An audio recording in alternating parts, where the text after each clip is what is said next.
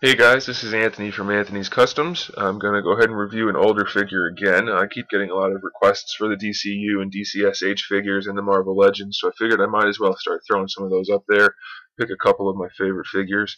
This is Steel from the DC Superheroes line. It is ultimately just a DC Universe figure. It's got the exact same body, articulation, all that kind of stuff, but it came out in the DC Superheroes line.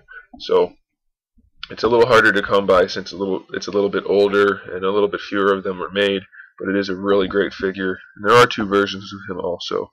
Stands at just over 6 inches tall, closer to 6.5, so he fits in scale nicely. The DCUs are a little bit bigger than the Marvel Legends. For a 6-inch figure, they're usually about 6.5, so he is right in line with that. Now, I said there are two versions. One version is silverish, kind of like this, and then one version is chrome, a lot more shiny. Either one is good, in my opinion. I could be wrong. This could be the shinier one, but I really don't think so. I've never seen the shiny one in person, so I think this is the silver one.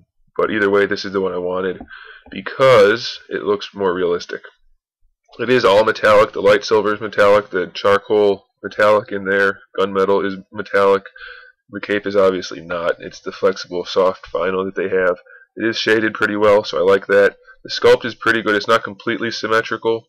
It comes in around the waist right here, which I like because it hides the fact that he just kind of stands funny if it was out like that. So this way it fills it in nicely and makes him look really cool.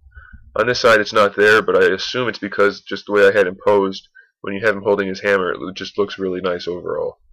Speaking of which, his one accessory is his gigantic hammer. It's really tall, taller than him, and it is all metallic silver. It has a really nice sculpt on it, but no paint. It's just solid silver. And it is bendable, not purposely, but it's soft, so it can be bent without breaking. In terms of sculpt on the figure itself, it's really nice. His head has just a great sculpt. Perfect version, looks just like in the comics. He's got the studs around his head, the little ear things. The face is nice and angular, but still has some nice detail. The cape sculpt, like I said, is really cool. All the studs on the body are all actually sculpted on, so that looks really nice. The S is embossed. He's got the standard DCU musculature, so it's not bad. He does have the ab crunch in there also with the studs on his lower abdomen. The waist is a new mold. It's not the same as any of the other DCU figures. It's got the belt built into it. He's got the wrist thing on his wrist here, a little bracer, and then the hand guard. Same hand guard on this side, but he has his utility wrist thing on this side as well, which also has articulation, so you can rotate that however you want to and keep the hand facing forward. Connected to his belt are his little thrusters that go to his feet. This is flexible, so you can bend his knee just fine. Doesn't get in the way there. I suppose it could break off if you're not careful, but it's pretty durable. And then, like I said, he's got his little thruster things that have the sculpted rivets. And he does have a bit of an ankle rocker, not a whole lot, but it is in there. In terms of articulation, other than the ankle rocker, he's got the ankle pivot, single jointed knee, thigh rotation, standard DCU hips, forward, back, in and out. That's somewhat limited due to the sculpt, but it is there. He has the waist twist. Mine's stuck right now.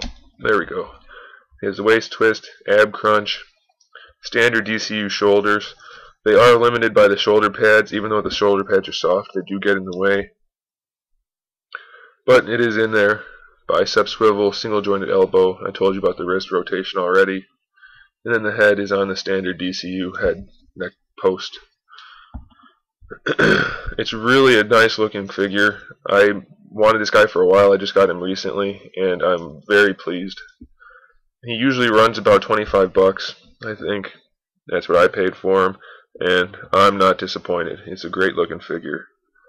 Great sculpt, fits in nicely with the other DCU-C figures or DCSH because they're basically the same thing.